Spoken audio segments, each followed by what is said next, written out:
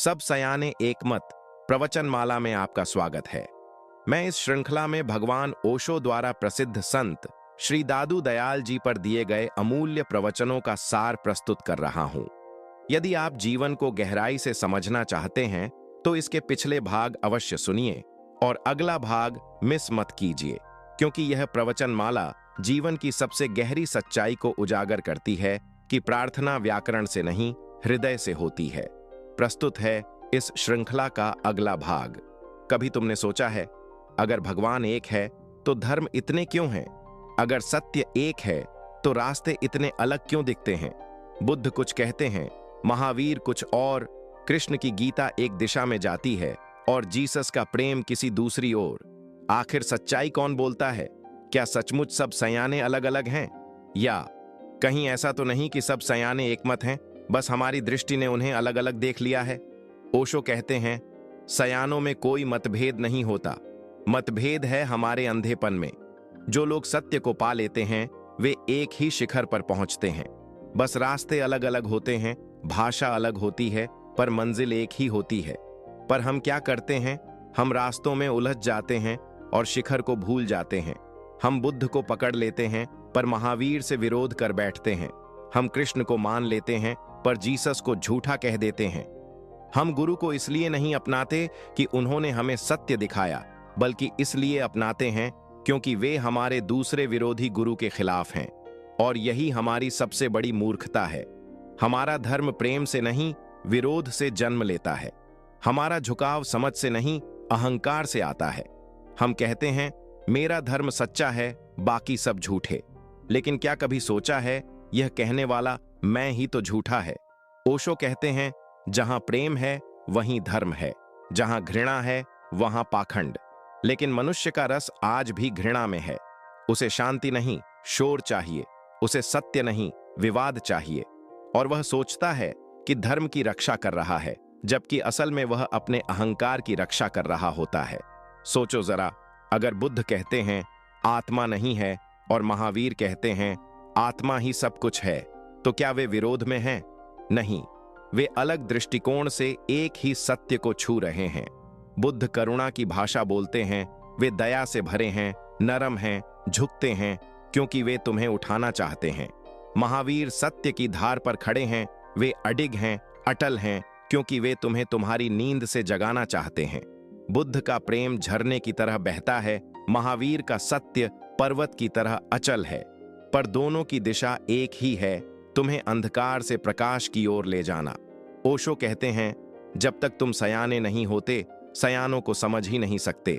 जिस दिन तुम भीतर से जाग जाओगे, तुम्हें दिखेगा बुद्ध, महावीर, जीसस, कृष्ण, लाओ त्से सभी एक ही स्वर में गा रहे हैं, बस अलग अलग सुरों में।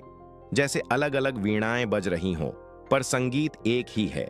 जैसे समुद्र के किनारे अलग अलग लहरें उठती हैं, पर पानी एक ही है। हम तलहटी में खड़े हैं, इसलिए रास्तों में फर्क दिखाई देता है। शिखर पर पहुंचो, फिर देखो, सब रास्ते वहीं मिल जाते हैं, जहां सब सयाने एकमत हैं। पर समस्या यह है कि हम शब्दों से लड़ते हैं, भाव से नहीं जुड़ते। हम पवित्र ग्रंथ पढ़ते हैं, पर उनकी आत्मा नहीं सुनते। हम मंदिर जाते हैं, मस्जिद जाते हैं, चर्च जाते हैं, लेकिन कभी अपने भीतर नहीं जाते। ओशो हंसकर कहते हैं, तुम अंगुली को पकड़कर बैठ गए, चांद को देखना भूल गए। सभी गुरु, सभी अवतार सिर्फ उसी चांद की ओर इशारा कर रहे हैं। पर हम क्या करते हैं? अंगुली पकड़कर मंदिर बना लेते हैं और फिर उस अंगुली के नाम पर एक और धर्म शुरू कर देते हैं। यही कारण है कि दुनिया में इतने मत हैं, पर सत्य एक ही है। इतनी आवाजें हैं, पर धुन एक ही है। इतनी किताबें हैं, पर अर्थ एक ही है। सच्चा साधक किसी एक गुरु से नहीं, सभी गुरुओं से सीखता है। वह बुद्ध की करुणा को अपनाता है, महावीर की निर्भीकता को भी। वह जीसस के प्रेम को भी समझता है और कृष्ण के उत्सव को भी। सच्चा साधक जानता है, सत्य किसी नाम, किसी परंपरा, किसी धर्म में बंधा नहीं है। सत्य तो बहता है, हवा की तरह, सुगंध की तरह, मौन की तरह। जो मौन में उतर गया वह जान गया, सब सयाने एक मत हैं। ओशो कहते हैं, सच में जो जानने वाला है वह मौन हो जाता है, क्योंकि मौन ही सत्य की भाषा है। तो अब सवाल यह नहीं है कि कौन सही है, कौन गलत। सवाल यह है, क्या तुम मौन में उतरने को तैयार हो? क्या तुम इतनी हिम्मत रखते हो कि सब रास्तों को एक होते देख सको? क्योंकि जब तुम वास्तव में देखोगे, तब तुम्हें एहसास होगा, बुद्ध और महावीर झगड़ नहीं रहे, वे तुम्हें दो दिशाओं से एक ही द्वार तक पहुंचा रहे हैं। इस वीडियो सीरीज सब सयाने एकमत में हम ओशो के शब्दों के माध्यम से यह समझेंगे कि सत्य एक है, लेकिन उसे देखने की दृष्टियां अनेक हैं। हम यह खोजेंगे कि क्यों सभी ज्ञानी, सभी महापुरुष अंततः एक ही धुन में बोलते हैं, और सबसे महत्वपूर्ण, हम यह भी जानेंगे कि उस एकमत तक पहुंचना भीतर की यात्रा से ही संभव है, न कि शब्दों और बहसों से। तो अगर तुम भी इस अद्भुत यात्रा पर चलना चाहते हो, जहां सब मार्ग एक शिखर पर मिलते हैं, जहां सब सयाने एकमत हैं, तो इस सीरीज को अंत तक जरूर सुनो, क्योंकि आने वाले हर एपिसोड में तुम्हें वह अनुभूति मिलेगी जो सिर्फ शब्दों से नहीं, आत्मा से समझी जाती है। और हाँ, आगे बढ़ने से पहले वीडियो को लाइक करो, शेयर करो और चैनल को सब्सक्राइब करो, ताकि आने वाली प्रत्येक वीडियो का नोटिफिकेशन आपके पास सबसे पहले पहुंच सके, क्योंकि यह सीरीज तुम्हारे भीतर की नींद तोड़ने के लिए है। और याद रखना, जब भीतर जागृति होती है, तभी सच्चा एकमत अनुभव होता है, जहां सब सयाने एकमत हैं। अब हम ओशो द्वारा दिए गए प्रवचन को आसान भाषा में विस्तार पूर्वक समझने का प्रयास करेंगे। एक साधक ओशो से प्रश्न पूछते हैं, भगवान कृष्ण को तो पूर्ण अवतार कहा गया है, लेकिन फिर भी सभी ज्ञानी लोग उनके बारे में एकमत क्यों नहीं हैं? ओशो प्रश्न का उत्तर देते हुए कहते हैं, देखो, सच तो यह है कि सयाने लोग तो एकमत ही हैं, मतभेद उनके बीच नहीं होता। फर्क तो उनके पीछे चलने वाले अनुयायियों में होता है। जिस दिन किसी सयाने के भीतर भेद आ जाए, उस दिन वह सयाना नहीं रहता। असली ज्ञानी तो एक ही सत्य की अलग अलग रोशनी है, पर उनके अनुयायी जो उनके शब्दों को पकड़ लेते हैं, वहीं भेद पैदा करते हैं। अनुयायी बिना विरोध के टिक नहीं सकता। उसे अपने गुरु को सही ठहराने के लिए किसी और को गलत ठहराना जरूरी लगता है। इस बात को थोड़ा गहराई से समझो। जब तुम किसी से प्रेम करते हो, वह एक बात होती है, लेकिन जब तुम किसी से घृणा करते हो और उस घृणा के कारण किसी तीसरे व्यक्ति को प्रेम दिखाते हो, तो वह बिल्कुल दूसरी बात हो जाती है। पहली बात धर्म की है, दूसरी राजनीति की। राजनीति कहती है, दुश्मन का दुश्मन मेरा दोस्त, पर इसमें असली प्रेम नहीं होता, बस विरोध के कारण बना एक झूठा संबंध होता है। अगर तुम्हारे जीवन में सच्चा प्रेम होता, तो तुम्हें किसी और गुरु से तुलना करने की जरूरत ही न पड़ती। लेकिन लोगों के भीतर प्रेम की जगह घृणा ज्यादा गहरी है। वे अपने गुरु को इसलिए नहीं प्रेम करते कि उन्हें गुरु प्रिय है, बल्कि इसलिए कि कोई और गुरु उन्हें अप्रिय लगता है। कभी कभी तुम महावीर को इसलिए पकड़ लेते हो कि तुमने कृष्ण को स्वीकार नहीं किया, या कृष्ण को इसलिए अपनाते हो कि तुम बुद्ध से असहमत हो। तुम्हारा चुनाव प्रेम से नहीं, विरोध से जन्म लेता है। यही कारण है कि तुम्हारे जीवन की दिशा प्रेम से नहीं, बल्कि घृणा से संचालित होती है। जहां घृणा को बाहर लाने का मौका मिलता है, वहां तुम्हारा उत्साह जाग उठता है, पर जहां प्रेम या शुभ की बात होती है, वहां मन जल्दी ऊब जाता है। सोचो, जब रास्ते पर दो लोग झगड़ रहे हों, तो तुम्हारे कदम अपने आप रुक जाते हैं। भले ही तुम किसी जरूरी काम के लिए जा रहे हो, दवा लानी हो, रोटी कमानी हो, पर झगड़ा देखकर तुम ठहर ही जाते हो। और अगर झगड़ा बिना चोट खून के खत्म हो जाए, तो तुम्हें अजीब सी कमी लगती है, जैसे कोई रोमांच अधूरा रह गया हो। इसीलिए जब युद्ध होता है, तो लोग असामान्य रूप से जीवंत हो उठते हैं। जो लोग कभी सुबह जल्दी नहीं उठते, वे भी ब्रह्म मुहूर्त में अखबार खोजते हैं, जानने के लिए कि कितने मरे, कहां विस्फोट हुआ।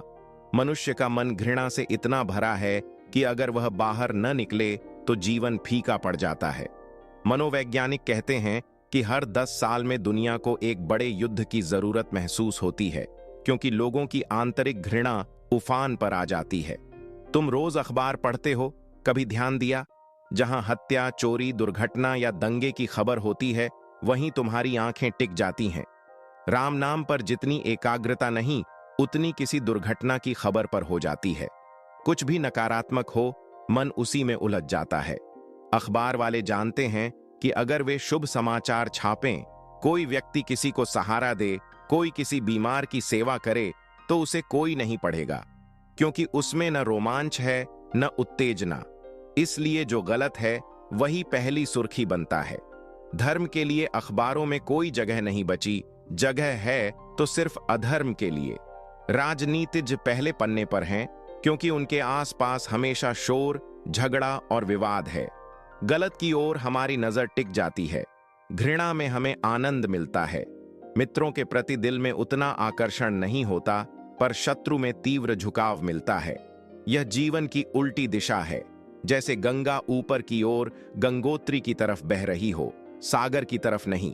निश्चय ही इस कमजोरी के कारण तुम्हें बहुत दुख और पीड़ा झेलनी पड़ती है, पर यही तुम्हारी प्रकृति बन चुकी है। तुम शायद कभी मंदिर नहीं जाओगे, लेकिन अगर मस्जिद जलाने का बहाना मिले तो तुम उस क्रिया में भाग लेने निकल पड़ोगे। तुम शायद कभी मस्जिद में नमाज पढ़ने न गए हो, पर अगर कोई कह दे कि यह धर्म खतरे में है, अब मूर्तियां तोड़नी हैं, तो तुम्हारे भीतर अचानक बहुत उत्साह जाग उठेगा। जो लोग मस्जिद जलाते हैं, क्या तुमने उन्हें कभी मंदिर में पूजा करते देखा है? नहीं, पर मंदिर में पूजा करने वालों में भी कुछ लोग वही मिलेंगे जो किसी हाल में मस्जिद जलाने को तैयार हो जाते हैं। और जो सचमुच मंदिर में पूरी भक्ति से पूजा करता है, वह कभी किसी मस्जिद में हिंसा के लिए नहीं जाएगा। उसने अगर सच्ची भक्ति की है तो उसके लिए हर जगह परमात्मा का घर बन गया होता है। जिसने मस्जिद में नमाज पढ़ी है, उसके लिए भी पूरा जगत ईश्वर का मंदिर बन जाता है। अब वह कौन सी मूर्ति तोड़ेगा? क्योंकि जब तुम किसी को तोड़ते हो तो असल में तुम ईश्वर ही को चोट पहुंचाते हो। जो कुछ भी तुम करते हो वह परमात्मा के साथ ही होता है। पर एक अलग तरह का इंसान भी है। वह तभी सक्रिय होता है जब उसका धर्म खतरे में दिखता है, अन्यथा वह सुस्ती में सोया रहता है। जब कहीं धर्म पर आघात की आवाज सुनाई देती है, तभी उसके भीतर उत्साह पैदा होता है, क्योंकि अब कुछ बिगाड़ने का मौका मिल सकता है। तुम्हारे अंदर का रस बहुत ही रोगी है। जब तुम कहते हो कि मैं कृष्ण के पक्ष में हूं, तो एक पल रुक कर सोचो, क्या तुम सच में कृष्णमय यानी कृष्ण जैसा बन गए हो? अगर सच में पक्ष में होते तो तुम्हारा पूरा स्वभाव उसी रूप में बदल चुका होता। शायद तुम महावीर के विरोध में हो, बुद्ध के विरोध में हो, मोहम्मद के विरोध में हो, पर यह विरोध सिर्फ इसलिए है क्योंकि तुम्हारा पक्ष किसी और के खिलाफ खड़ा है। तुम्हारा पक्ष सच्चा प्रेम नहीं, बल्कि घृणा की जहर वाली प्रतिक्रिया है। इसीलिए दुनिया में कितने ही धार्मिक दिखते हैं, पर असल धर्म कहीं दिखाई ही नहीं देता। किसी इंसान को ढूंढना कठिन है जो बिल्कुल भी धार्मिक न हो। सब किसी न किसी रूप में धार्मिकता का नाम लेते हैं, कोई हिंदू, कोई मुसलमान, कोई ईसाई। पर धार्मिक होना वास्तव में एक महान क्रांति है। यह केवल नाम का धर्म नहीं, बल्कि जीवन का पूर्ण रूपांतरण है। यह अपने अंदर जड़ से बदलाव लाने जैसा है। मैं फिर कहता हूं, सयाने लोग सब एक मत हैं। महावीर और कृष्ण एक दूसरे के विरोधी नहीं हैं। कृष्ण और महावीर भी विरोधी नहीं हैं। अगर तुम्हें कभी ऐसा लगे कि वे विरोधी लगते हैं, तो पहले अपनी समझ की जांच करो। जैसे जैसे ज्ञान की ऊंचाई बढ़ती है, शब्दों का अर्थ भी बदलने लगता है। जो शब्द तुम सुनते हो, उनका अर्थ वह नहीं जो तुमने पहले सोचा। महावीर ने आत्मा का शब्द एक अर्थ में समझाया, बुद्ध ने उसी शब्द का उपयोग दूसरे अर्थ में किया। बुद्ध अक्सर आत्मा से वह अहंकार समझते हैं, मैं का भाव। वे कहते हैं कि अहंकार के खत्म होने पर ही मुक्ति संभव है। तब तुम तो रहोगे, पर मैं का भाव मिट जाएगा। महावीर ने आत्मा को अलग तरीके से देखा। उनके लिए आत्मा का अर्थ अहंकार के सांचे में नहीं सीमित। वे भी कहते हैं कि अहंकार के नष्ट होने पर सच्ची आत्मा प्रकट होगी। थोड़ा सोचो समझो। जब दो ज्ञानी विरोधी बात कहते दिखाई दें तो तुरंत निर्णय मत कर लेना। कहीं ना कहीं उनकी बातों में एक गहरा साझा अर्थ छिपा होता है। शब्द अलग हो सकते हैं, पर असली सयाने ज्ञानियों के बीच असल में दो मत नहीं हो सकते। और ऐसा भी होता है कि कभी कभी वे ज्ञानी सचमुच एक दूसरे के विरोध में भी खड़े दिखाई देते हैं, और तब खेल और भी गहरा हो जाता है। ऐसी परिस्थिति को समझने के लिए बहुत गहरी सूक्ष्मता और अंतर्दृष्टि चाहिए। ओशो कहते हैं, मैंने एक कहानी सुनी है, एक छोटे से गांव की। वहां दो हलवाई थे। खानदानी हलवाई। पीढ़ियों से वे मिठाइयां बनाते आ रहे थे। झगड़ा भी अगर हुआ तो उनकी प्रकृति के अनुसार हुआ। पत्थर उठाना तो उनके संस्कार में था ही नहीं, सो उन्होंने एक दूसरे पर लड्डू फेंकने शुरू कर दिए। दोनों की दुकानें आमने सामने थीं। एक लड्डू इधर से गया, दूसरा उधर से उड़ा। गांव के लोग इकट्ठा हो गए और फिर जो दृश्य बना वह बड़ा मजेदार था। लोगों ने बीच में गिरे लड्डू लूट लिए। गांव वालों ने हंसते हुए कहा, तुम दोनों तो रोज झगड़ा करो, ऐसी लड़ाई तो कभी देखी ही नहीं। आज तो जैसे हमारे गांव में दिवाली आ गई। जब महावीर और बुद्ध के विचार कभी विरोध में दिखते हैं तो समझ लेना वह भी ऐसे ही दो हलवाइयों की लड़ाई है। वे पत्थर नहीं फेंक सकते क्योंकि उनके भीतर मिठास के अलावा कुछ है ही नहीं। अगर तुम्हें लगता है कि उनके शब्दों में पत्थर हैं, तो गलती तुम्हारी दृष्टि में है। वे तो केवल लड्डू फेंक सकते हैं, मीठे विचारों के लड्डू, क्योंकि मिठास उनके खून में है, उनकी सांसों में बसी है। लेकिन अगर तुम्हें यह समझ में नहीं आता तो अपनी नासमझी को सयानों पर मत थोपो। जब तुम स्वयं सयाने हो जाओगे तभी पहचान सकोगे कि सभी सयाने एक ही बात कह रहे हैं, बस उनके कहने के तरीके अलग अलग हैं। सयाना होना यानी शिखर पर पहुंचना। नीचे से देखने पर रास्ते अलग अलग लगते हैं। कोई पूरब से जा रहा है, कोई पश्चिम से, कोई उत्तर की ओर चढ़ रहा है, कोई दक्षिण की ओर। लेकिन जब तुम शिखर पर पहुंचते हो तो समझ में आता है सभी रास्ते अंततः एक ही चोटी पर मिलते हैं। नीचे खड़े लोगों के लिए यह विश्वास करना कठिन है क्योंकि उन्हें रास्ते विपरीत दिशा में जाते दिखते हैं, पर ऊपर पहुंचकर पता चलता है सभी मार्ग उसी मंजिल की ओर ले जा रहे हैं। रास्ते भिन्न हो सकते हैं, शब्द अलग हो सकते हैं, अभिव्यक्ति में विविधता हो सकती है और होगी ही, क्योंकि जब बुद्ध बोलते हैं तो अपने ढंग से बोलते हैं और जब महावीर बोलते हैं तो उनका स्वर अलग होता है, पर अर्थ एक ही होता है। बस हमारी दृष्टि छोटी होने के कारण हम भेद देख लेते हैं। और कई बार इन महापुरुषों ने हमारे प्रति करुणा से हम पर दया करके भी एक दूसरे के विपरीत बातें कही हैं, क्योंकि अगर वे बिल्कुल समान स्वर में बोलते तो हम शायद सुनते ही नहीं। उनकी करुणा यही थी, हमें जगाने के लिए वे अलग अलग राहों से पुकारते रहे। महावीर ने तो यहां तक कहा कि कोई भी सत्य गलत नहीं है। ईश्वर के विषय में उन्होंने 7 प्रकार के उत्तर दिए, क्योंकि वे नहीं चाहते थे कि किसी ज्ञानी के कथन का विरोध हो। उनकी दृष्टि अहिंसक थी, विरोध रहित थी। महावीर का यह तर्क सप्तभंगी कहलाता है। उन्होंने कहा, एक ही विषय को देखने के 7 तरीके हो सकते हैं। जैसे अगर कोई पूछे क्या ईश्वर है, तो वे कहते हां है, फिर कहते यह पूरा उत्तर नहीं है, क्योंकि कुछ लोग कहते हैं नहीं है, फिर कहते वह है भी और नहीं भी, और आगे जोड़ते वह न तो है न ही नहीं है। इस तरह 7 दृष्टियों को जोड़कर उन्होंने कहा, सत्य किसी एक मत में बंधा नहीं, वह सबको समेटे हुए है।